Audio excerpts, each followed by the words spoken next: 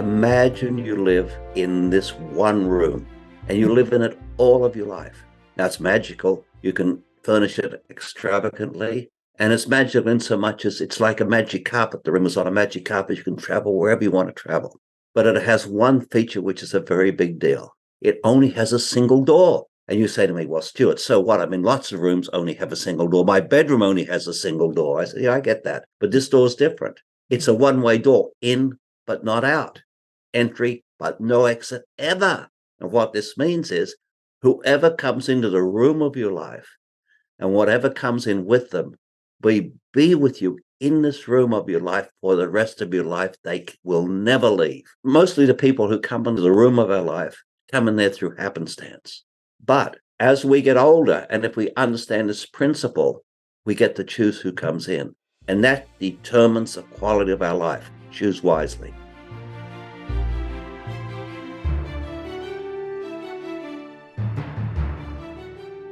Welcome to the MINDTRX podcast with breakthrough ideas to live your best life possible and how to make it happen. I'm Paul Scheele, and today we'll be talking with Stewart Emery. Stewart Emery is a renowned storyteller, entrepreneur, and executive coach who has impacted the lives of millions. He's one of the most influential people in the human potential movement. Stewart was the first CEO of EST and co-founder of Actualizations, a global learning and development organization. His international bestseller, Success Built to Last, Creating a Life That Matters, is the basis for the Success Built to Last Paraliminal he created with me. Stewart and his co-authors interviewed hundreds of the world's most successful people in business, social sciences, the arts, and sports to uncover the key traits and habits of success. He's co-authored many other best-selling books, including Now You're Thinking, Do You Matter, and Who's in Your Room?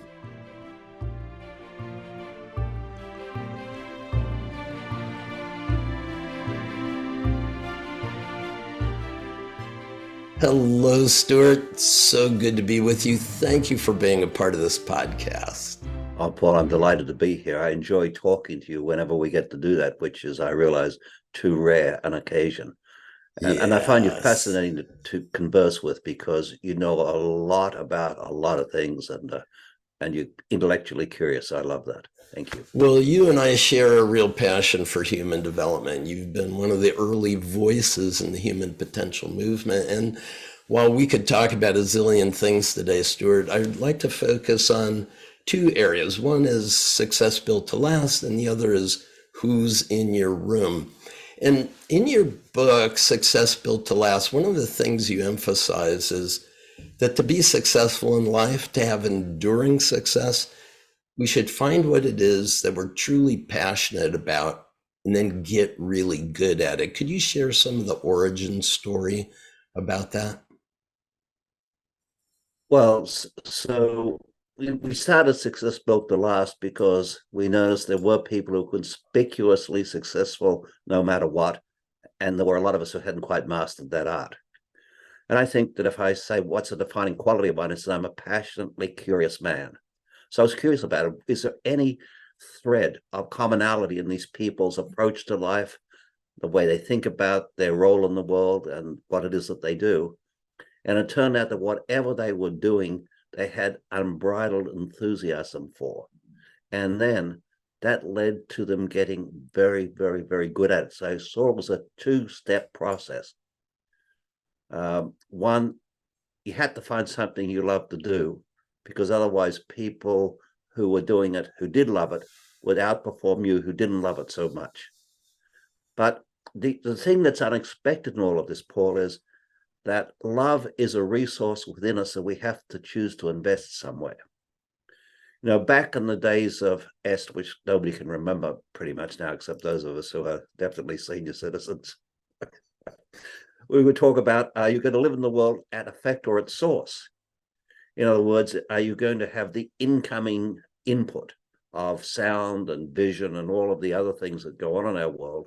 Is that going to drive our inner experience? Or are we going to express our inner divinity into the world and create an experience not only for ourselves, but for those around us? So are you going to be a cause, sourceful, or are you going to be an effect and a victim? Sometimes you're a happy victim because you're deliriously joyful as a result of all kinds of things that one might ingest or otherwise be part of. Or are you going to find that link with the divine and express it, like a Mozart or an incredible chef and so on and so forth? So we found that. And then I got really curious, okay, why do some people excel, other people not so much? And so we looked at these qualities of what have you actually got to do to get good at something? So that ended up being more expressed than who's in your room. But the short story of it is what we call deliberate practice. So if you ask a golfer, they can go out and hit a lot of balls and not get any better. But if you talk to a golfer who goes out and hits 100 balls or 1,000 balls and keeps track of where each ball lands, and are they actually making improvement, measurable improvement? So we found that in order to get good at something, you have to have metrics. You have to have, first of all, you've got to know what good is. You've got to understand what really good is. And it's interesting, you talk to people who are elite performers in whatever field they've achieved that. It's a different level of conversation than the rest of us have. They don't do small talk very well. They're very focused. They have what we would call extreme awareness. And you and I both have worked with people trying to assist them in developing awareness. And they know each increment of improvement. And they have an experimental approach to life. And what I mean by that is they don't do something and decide the outcomes are good or bad and they're a good person or a terrible person. They do each thing with this kind of, I wonder what will happen when I do this. Will it be better than the last time I did it? And will I have gotten better as a result of it? And how can I improve next time I do this? So all right, now I want to take that for just a moment. I want you to keep on this track, but I want to add perhaps a little bit to this dialogue. It's what we find in organizations. It's easy to gather metrics about what's happening.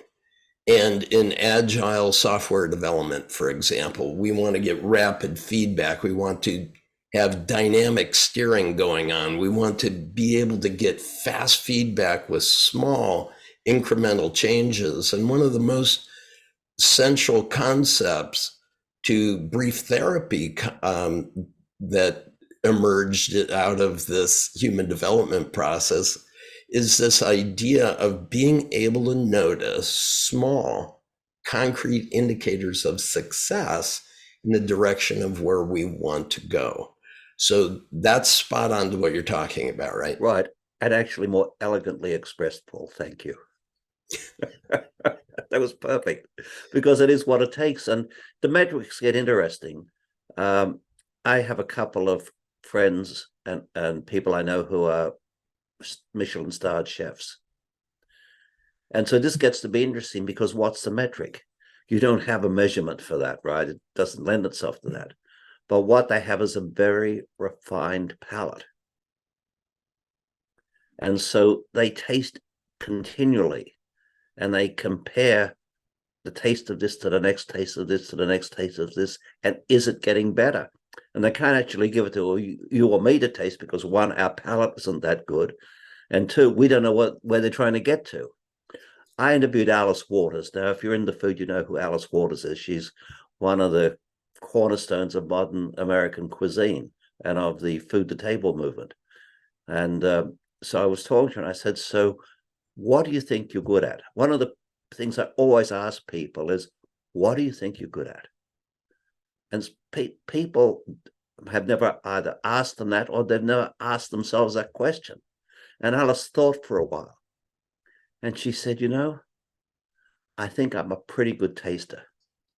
Wow. And I said, where did you learn to do that? She said, I spent some time in Provence, and the French people who I was with, who were chefs, taught me how to taste.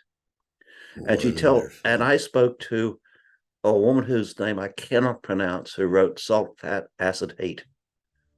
And she talks about working at Chez Panisse and doing a charity event that Alice was speaking at, but Chez Panisse, which is Alice's restaurant, doing the food. The service was over. They're sitting there, I think they've done a great job, and they're having their own dinner afterwards with the leftovers.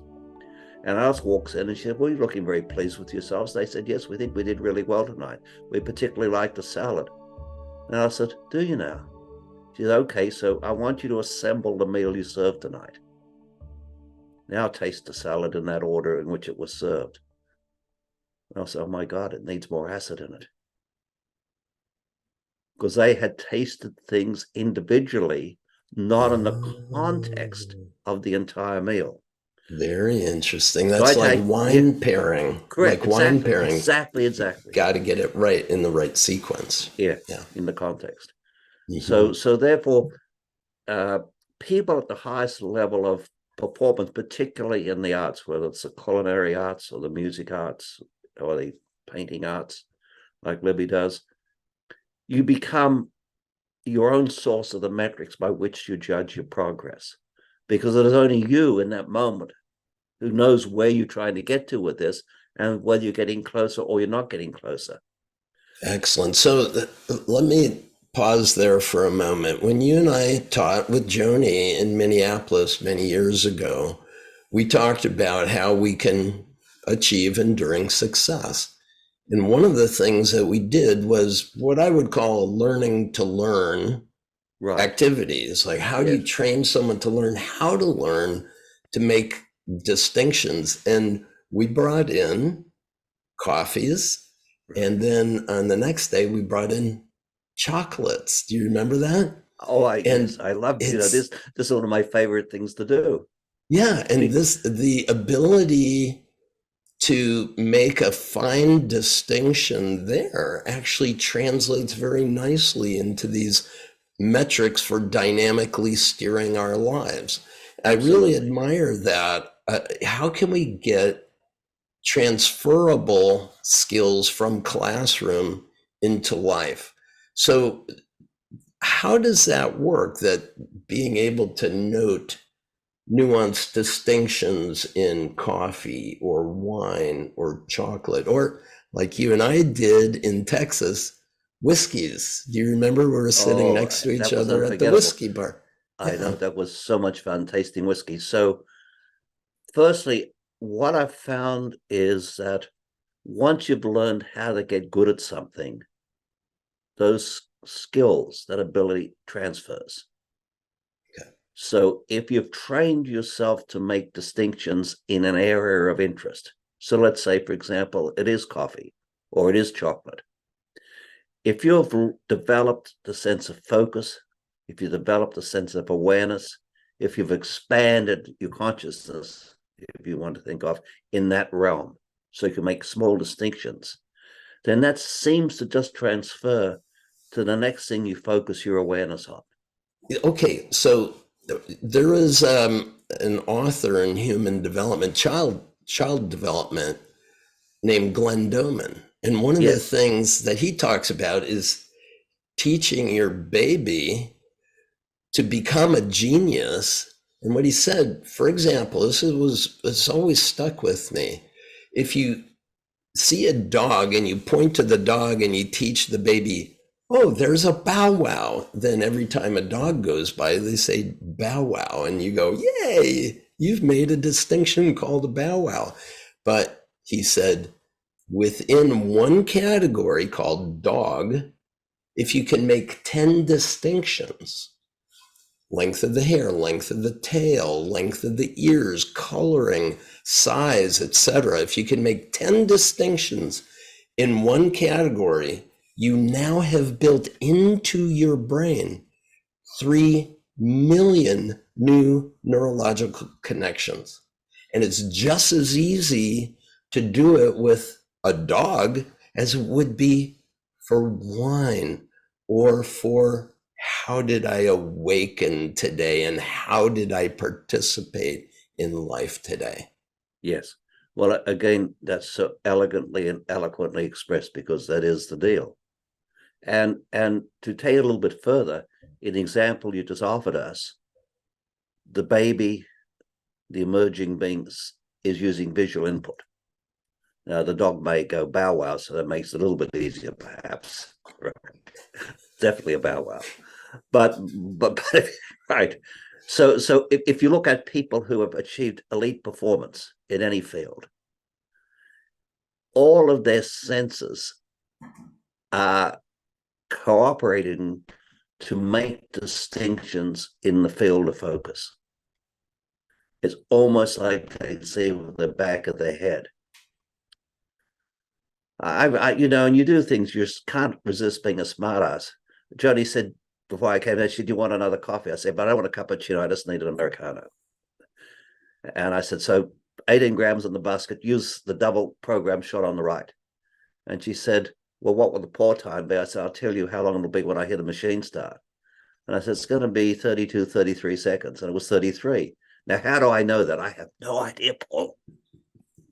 Right? I don't know how I know that anymore. If I go to a cafe, I could hear from across the room whether that battery milk is going to be any good or not. You know how long it took me to get there? 20 years. 20 years. And it took 20 years, not because I'm stupid, although sometimes I am, but because you've got to get enough repetitions. Well, and I wonder, sometimes we'll see people pop into a field as these marvelous successes, and people from outside the field say, "Wow, you're an overnight success." And you say, and they say, "Yeah, 30 years Correct. to become an overnight success." Yes. And there is, I think it's a beautiful way of thinking about it. By building neurology, by building distinctions, our conscious as well as our non-conscious, and perhaps way more at a non-conscious level, are we starting to see what's important and what's not? Yes.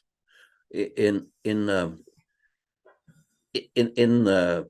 theological circles, I remember the benediction. I went to a church boarding school, which I didn't actually enjoy. Too much of a rebel, but I remember, they would say, "May the love of God that passeth all understanding touch your hearts and mine, so we may live in peace forevermore." That doesn't appear to be working out very well in the world today. Well, maybe not enough people who have prayed that. Maybe that's but it's not that we don't actually believe in God, Moses. We believe in our belief about God. So that's where all the bad things happen. So I'd hear that benediction and go out, and then somebody would bully me. So I figured the message isn't getting across. But where I'm going with this is, if I look at elite performers, when they're performing at their best, they have transcended all understanding. Mm-hmm. There's no discernible conscious processing going on. Right, you look at a flow. top quarterback, they process as much information in a fraction of a second as almost as much as my iPhone can calculate with all its trillion of transistors in there. So, but what it takes to get there is time and repetition.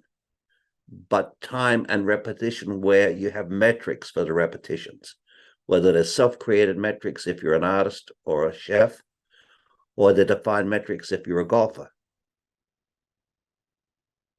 I think that idea of being able to grow ourselves by, number one, focusing our attention on the things that matter most is huge. It's super huge. Secondly, is the idea that who we hang out with is going to make a big difference in that realm as well. So you had the advantage of going out and interviewing elite performers in business and in sports and so on.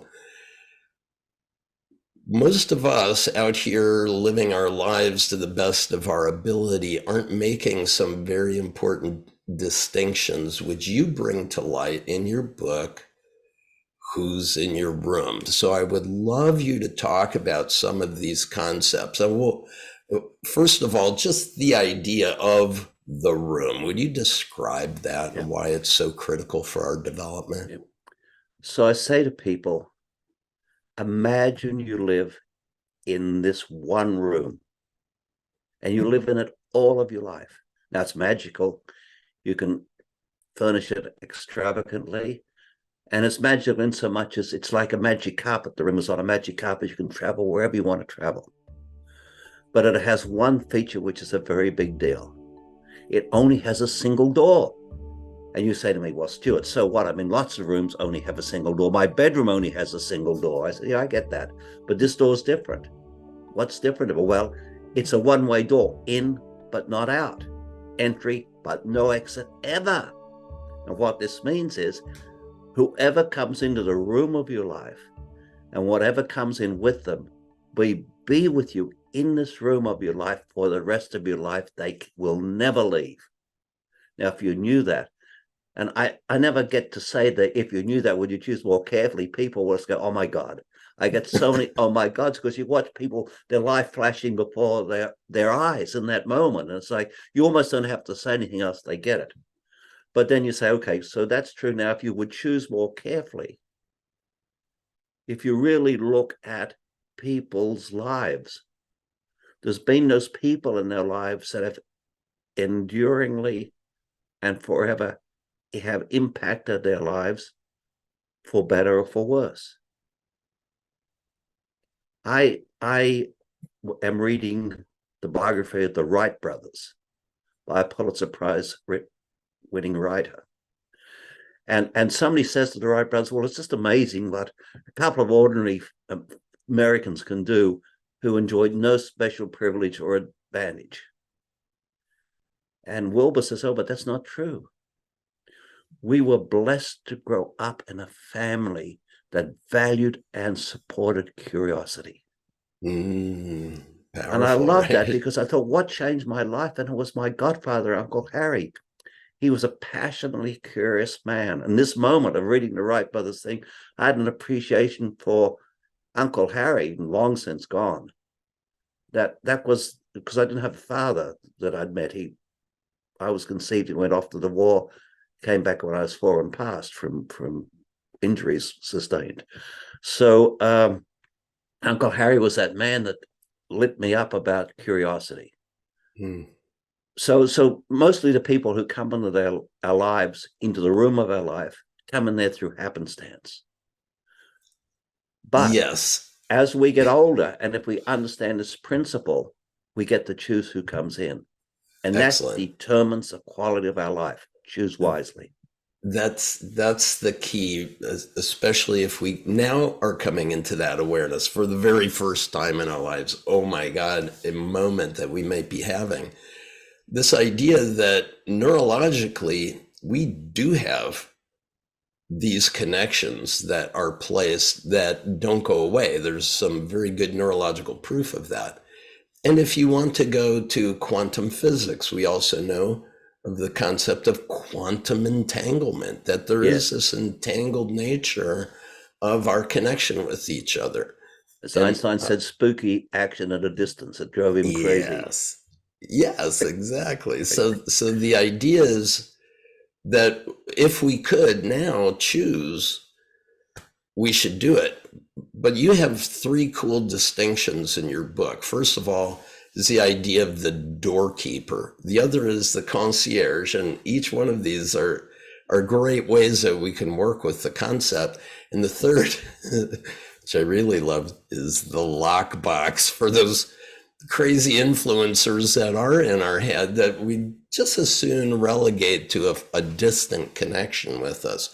So let's talk about each one of these. Let's start with the doorkeeper. Who is that? How does that work? Right. So most of us have an endless internal dialogue going on.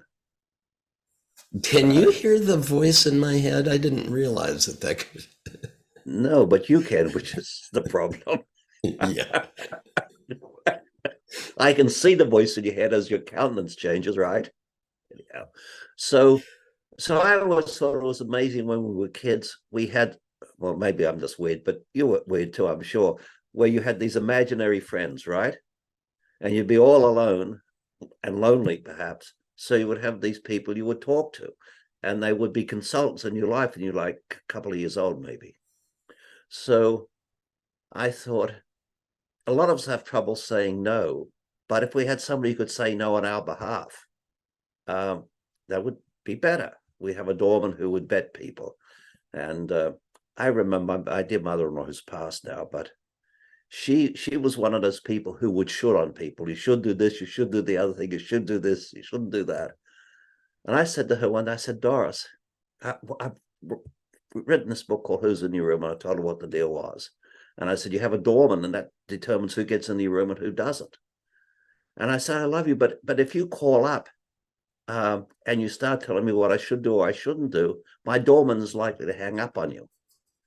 And she went straight at it again, like she never heard what I said. So the phone gets hung up. Ring, ring, ring. Did you just hang up on me? No, Doris, I would never do that, but my doorman did.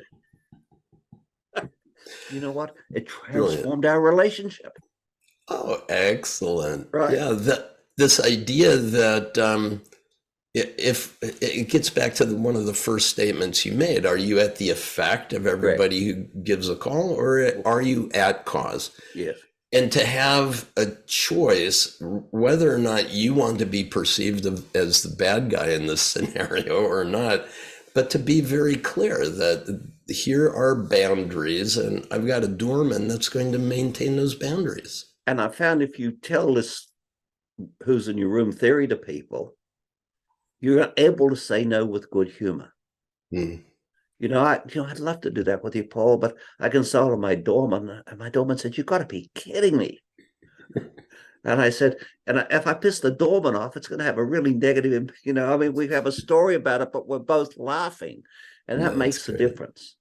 It is. If we can bring good humor and kindness to the interactions of our life, we get better outcomes.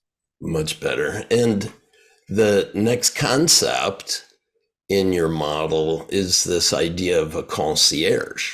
Yes. And that's those folks that we have close into us that we want to have as regular influence in our internal world, and those who we'd rather relegate to a more distant way of being in relationship with them. What is that distinction? Well, I think it's firstly, we talk about there are people who are in your room. I don't want to get into a whole argument about free choice, but your family's your family, and pretty much they're going to be in your room no matter what. And I think the thing that's really important to get also is if somebody has a conversation with you, whether it's joyful or not so much, that conversation is embedded in your brain like a holographic event. Oh, and it'll replay forever, especially if it's bothering you. I know. And I tell people what trips you up, all of those events in your subconscious. In other words, they're below the level of your waking consciousness, and the power they have over you without your awareness that they have power over you. So we're at effect, even though we want to be at cause, right? Correct. Even though we're operating that way. Exactly. That's what happens. So the concierge is, okay, they got past the doorman. Now, where do they get to sit? So it's going to a Vegas showroom, right? You get in the nosebleed section, right? Or are you up close on the stage where you, the main performer in this event, is very close with this person? And so the concierge helps get the people who need to be in the nosebleed section, which is certain members of the family, or even in the dungeon or the attic or the lockbox, depending on how draconian you feel you can be and still think you're a good person. Some of us, right, we'll all put them in the dungeon. It means I'm a terrible person. Throw that one in. Throw them in the Iron Maiden, right? Correct, that's right. Okay, I get it. So we could be kind of tough on it, but to be quite honest, in my family's extended family's system, there are some very weird arguments that are going on my wife's side of the family. And when she steps into it, it's like walking into a propeller. She thinks she's there being of some assistance, but she walked into that dreaded triangle of victim, rescuer, persecutor, right? Yes. She's there to try to help out, and now she's a persecutor, and now she gets victimized by all these people that are attacking her. So to be able to not step into the fray, but to be able to recognize that we can have some psychological and emotional distance, even though there may be physical proximity, that's super helpful. Super. And you can choose that. The one of my favorite ideas in the book, I think we didn't make quite enough of it, but Janine Roth was over for dinner one night, and you know Janine. Oh, yeah. And I've been a lifelong asthmatic. So I said, you know, Janine, we're all getting older. And the number of breaths we have in life are finite. They're not infinite. And we never know when the last one's going to occur. So, you know, I think we should be really careful about how we invest the breaths we have left. And she wrote an essay, which the guy who did, I'll think of his name in a minute. But that this idea of how will we treasure the breaths we have left is a huge idea. And who we share that breath with. If Correct. You've ever watched the Hawaiian peoples, when they meet, they press their foreheads together and touch their noses, and they breathe Correct. together. And so it's a beautiful metaphor for this. It really is. It really has to do with the connection and the projection of love that we want to have with an other. So if we fill our room with those people who are going to influence along the line of our great passions, our great desires, that's the big win. Yes. And how do we then make distinctions upon, here's a person who seems to be giving a very reasonable proposal to me, but it's a distraction from what really matters. Yes. How have you found the ability to make that distinction? Especially, let's talk about young entrepreneurs. People are trying to grow their business, and they want to get as many people in the room as possible because Correct. That's going to be their sphere of influence. That's going to matter, but not really. Yeah. So we both know Ivan Misner, who's the co-author of the book, and he's got this thing called a Business Network International, which is the biggest networking company in existence. They refer billions of dollars a year in transactions to one another these days. And so I said, Ivan, you've got to be getting an avalanche of requests. How do you say no? And he said, well, this is what I say. I say, you know, I actually think that's a good idea. But I think that if I tried to take this on, I would let you down. And this idea deserves more than that. I don't have the time or the ability to do this idea justice. Beautiful. But I know a guy or some variation of that, right? Well, and that's where you network. That's his brilliance. Yeah. I love that. I had to do something like that when writing my dissertation. People would come to me with an idea and I say, you know, I really love this idea. Let me think about it overnight. And I'll let you know. And I had to do that because Stewart, I had such a propensity to say yes to every idea. I love people who want to grow and develop, and if they have a cool idea, I want to participate. Yeah, but I suffer from that. Make sense. It doesn't make sense. So that's a super cool way of doing it. And then we both know Stephen Joseph, and Stephen called me one day and he said, you know, Stuart, your problem is you come up with too many good ideas. You need an indolence coach. I'm going to coach you on how to do nothing without feeling guilty. Oh, that's wonderful. Wonderful. Which, I think, you know, as we get older, that's probably a worthwhile trait to, because I can share some of the breaths I have left with myself. That's okay. You know what? We should do that as our next Paraliminal together. How about it? Wouldn't that be fun? That would be fabulous. Okay, so there's one more concept in this who's in your room idea that we should focus on. It's the lockbox. Yes.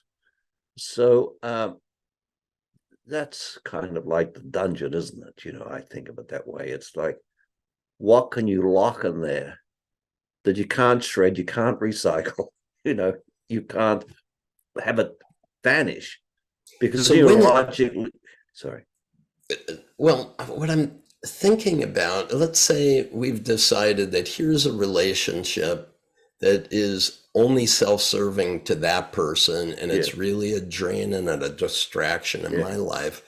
This is a person, Concierge says, goes into the lockbox.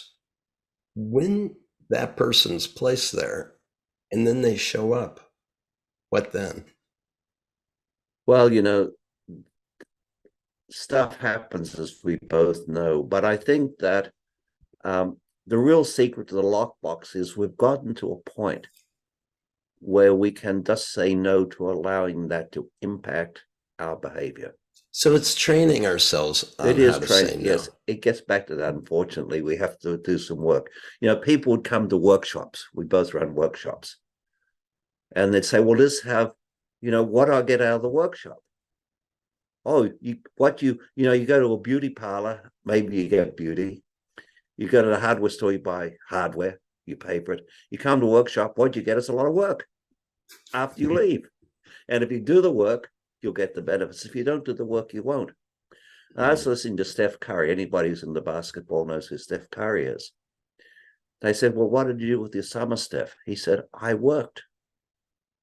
I went to the gym more than I ever have in a summer before. Well, why, Steph? Well, I'm getting older now. And if I slide back, it takes me so much to get back to where I was before I slid.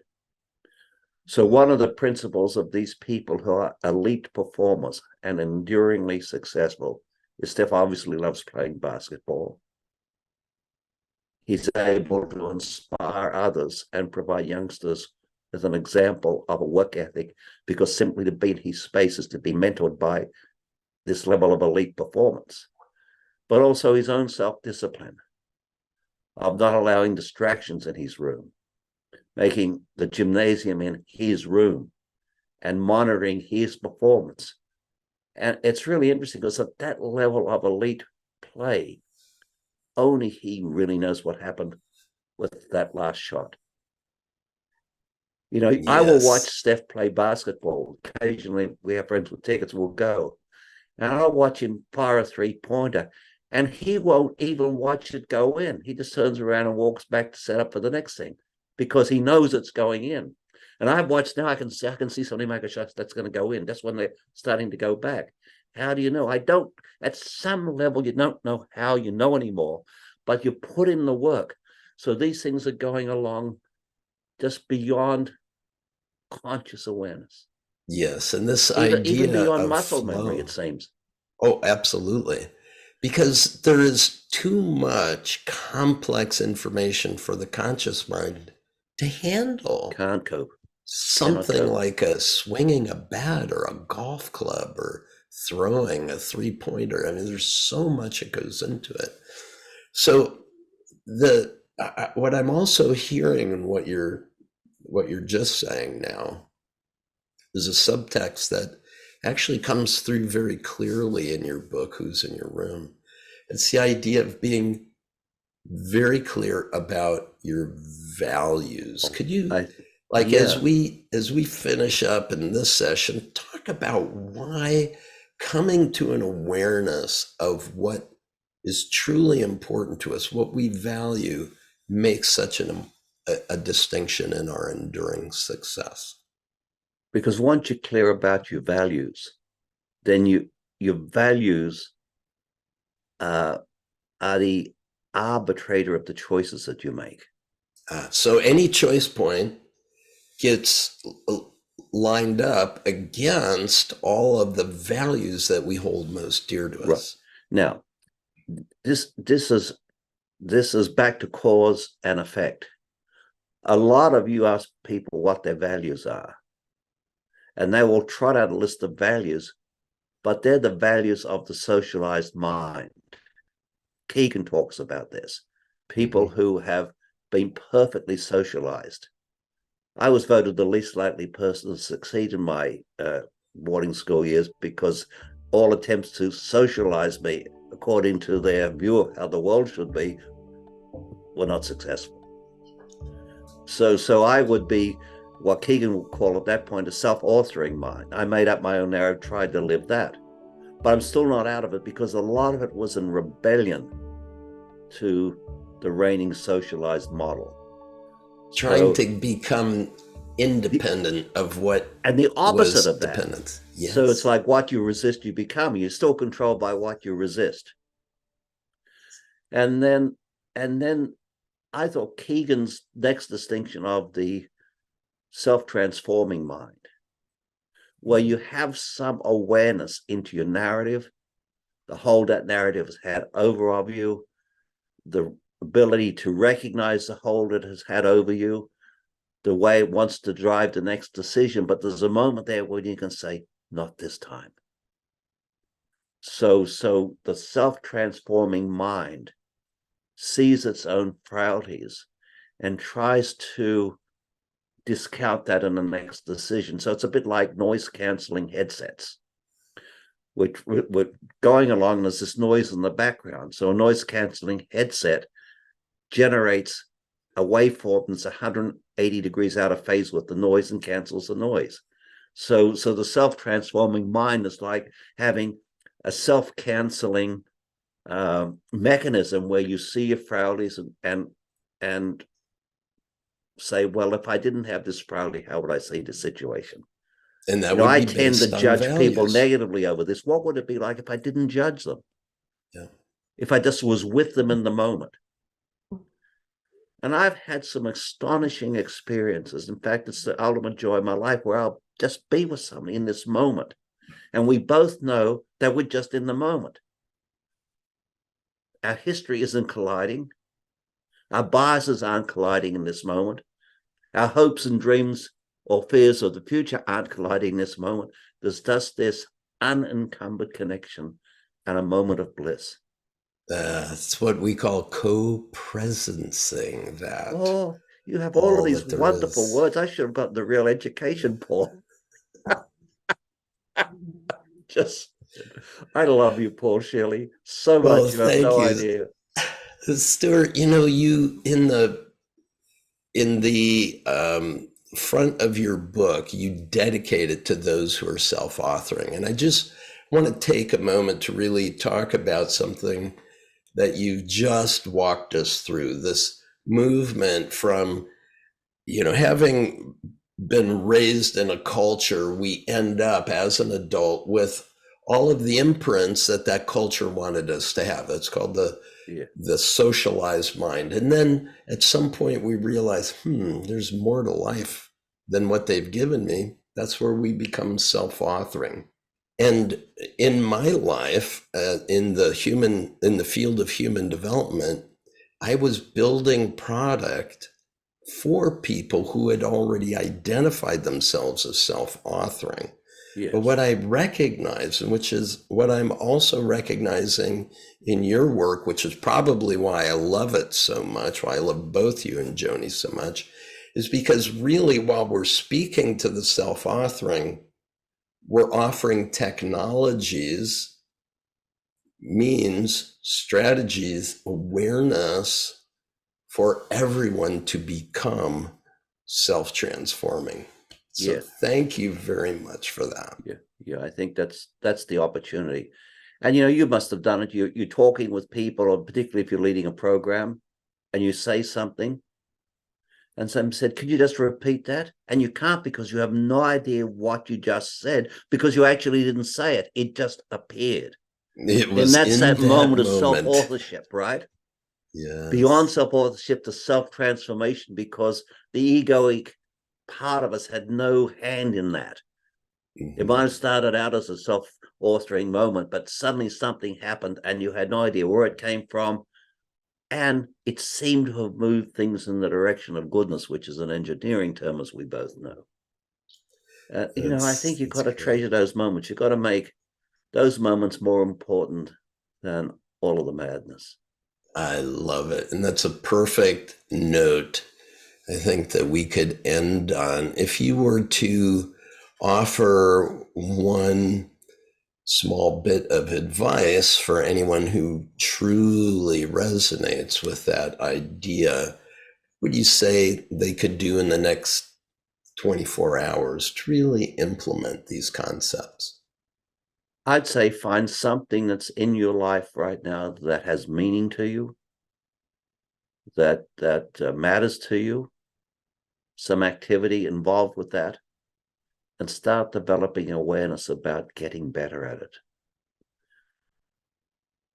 And the better you get, fine distinctions will take you to enduring success. And it's really an interesting thing, because I found out you don't know whether it's the chicken or the egg, because as you're getting good at something, even if when you started out doing it, you didn't like it all that well, the moment you start getting really good at it, surprise, you actually love it now. Wonderful. So what happened, right? Did I change inside, or did my self-judgment about that whole process fall away? We transcended. We transcended the self-transforming mind. Stuart, what a pleasure to be with you. So much fun. We're going to do this more often. I would love to. Thanks so much. Too. Yeah, take care. Have a wonderful day. All the best. Thanks.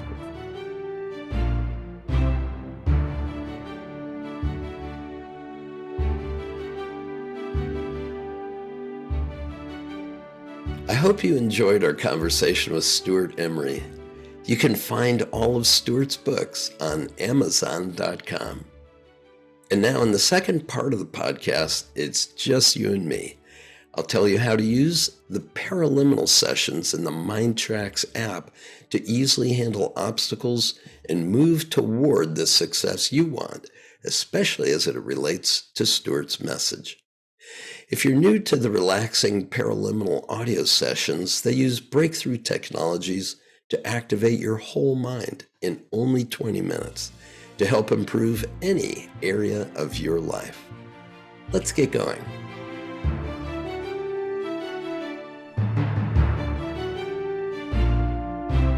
Welcome to this follow-on to my conversation with Stewart Emery and our examination of Success Built to Last and Who's in Your Room. Love Stewart, love his work. He is truly one of the first people to have a significant influence in what has been known as the human potential movement. His history is spectacular. He has tremendous wisdom. I just adore being with him, as you could probably tell. Had a really fun conversation with him. And what emerged out of it, I think, are 5 areas that you might consider using paraliminal technology to assist you with. First is, how do we create enduring success? Second is, how do we stay focused on doing what it is we truly love? The third is getting good metrics on the progress that we're making, because unless we can get good feedback, we're not going to be able to successfully, dynamically steer our lives to where we want to go. The next area is deciding who's in your room and making it possible for you to be in a supportive relationship whenever you're with someone, either in person or in your mind. And finally, the idea of making values-based decisions, because values are really the core drivers for everything that's going to matter most to you in your life. So let's start out with the idea of creating enduring success. Do I have to tell you what paraliminal this is? It's the one that I did with Stewart called Success Built to Last. Now, if you've watched this podcast, I've actually suggested using that many times, because it really does get us to focus in on what is really significant in how I spend my time today, and then being on it, being very permissive with yourself for failures, being able to acknowledge and recognize you're on a learning curve. And even if you do something that's really important to you really badly at first, you're still doing something you love doing, and you'll get better at it. So staying in it is essential. It was fun that at the end of our conversation, he mentioned the idea of, You might not think that that was something you truly loved when you first started on it, but by the time you started making new distinctions on it and getting really good at it, turned out you did love it. And that's certainly been true in a number of areas in my life as well. Second area is doing what you truly love. And I think that the joy paraliminal is great because it talks about being passionate. Passionate is the energy of our heart. Passion and joy for whatever it is that we engage in means that we're going to be full of heart. We're going to go into it wholeheartedly. So the joy paraliminal helps you really fine tune what is it that brings you the most joy in life. The next one that I think would be helpful in this area is the new action generator. So once you know what it is you truly want to do, want to bring as an expression of your life, your gifts, your talents into the world, new action generator puts you on it so that you stay in it as the day proceeds.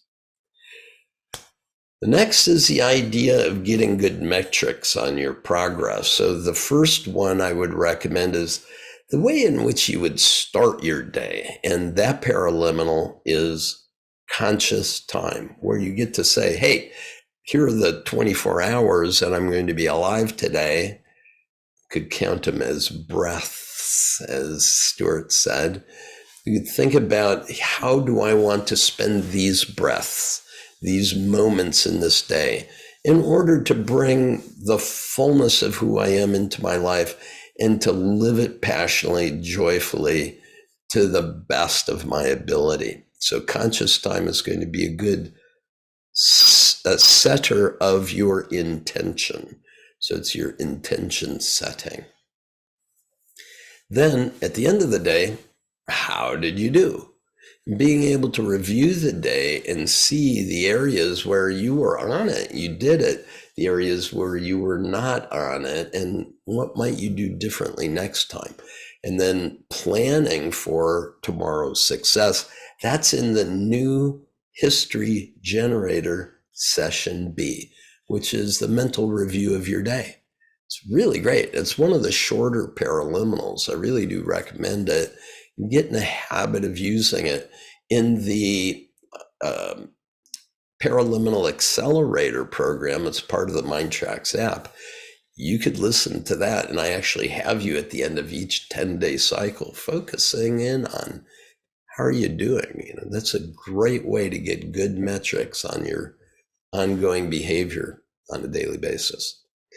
The next area is this concept of deciding who's in your room.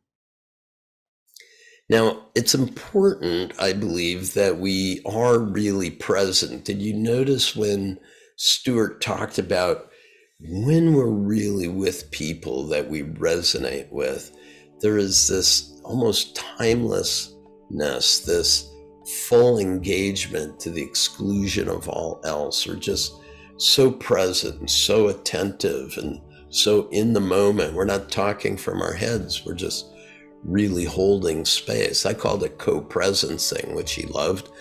Not an idea that I generated, but it's this idea of being present to that something greater which defines why we are together. And a good way of building to that is the paraliminal called active listening. To be able to move away from just downloading or debating, but real dialogue, and really to be actively listening into that deeper source that both of us are being present to and sensing in that moment. That's where we want to be. So active listening, super good. The next one is called positive relations, and that Paraliminal has two parts to it. One is if you're in conflict with another person, this is how you can resolve it. And the session B in positive relationships is this: how do you attract to you those people that are most meaningful, that are going to be the best energy for you to help you get where you want to go, to live your life in the fullest way possible. So that would be a super good one for you to be listening to. It's the session B side. Now, the other part of it, which was a bit of a subtext to my dialogue, is sometimes we need to confront people that shouldn't be so close to us in the room, that we need to really relegate to a more distant position. It's that concierge or the lockbox. Sometimes we need to be able to fearlessly communicate to someone, you know what? This really isn't working for me. And Stewart put it in a kind of a fun way. It's really not me. It's my doorkeeper, or it's the concierge in me that needs to move you away because it's too distracting for what's really important to me right now. Anyway, to have those kind of, I'll call them brutally honest conversations, might require a little bit of fearlessness, and that paraliminal is the one I'm recommending here. So deciding who's in your room, active listening, positive relationships, and fearlessness. Super good. And the final one is making values-based decisions. How you will spend your time. Certainly this is back to the idea of getting good metrics, but it's a little deeper than that. It's not so much just on this day, but to really look at the arc of what you value most, and then to live honestly and congruently according to those values-based decisions. I think the best one for this would be self-discipline. Because what it means is that you're following what it is that you value most.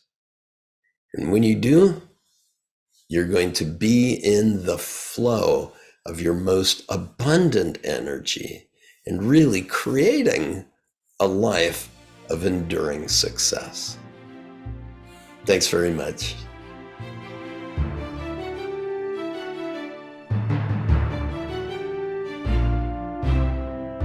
Thank you for joining me today. I applaud your willingness to maximize your potential. You can easily use the Paraliminal audio sessions in the MINDTRX app to stimulate your non-conscious mind, that is your inner mind, to reduce any resistance in your life and to propel you toward the success you want. Go to www.mindtrx.com/go. It's www.mindtrx.com/go. These amazing audio tools have helped millions, and I encourage you to bring them into your world today. Be sure to be back for more episodes of the MINDTRX podcast. You'll find insightful conversations with authors, experts, and thought leaders, all devoted to improving your life's experience. Thank you again for being here on our MINDTRX podcast.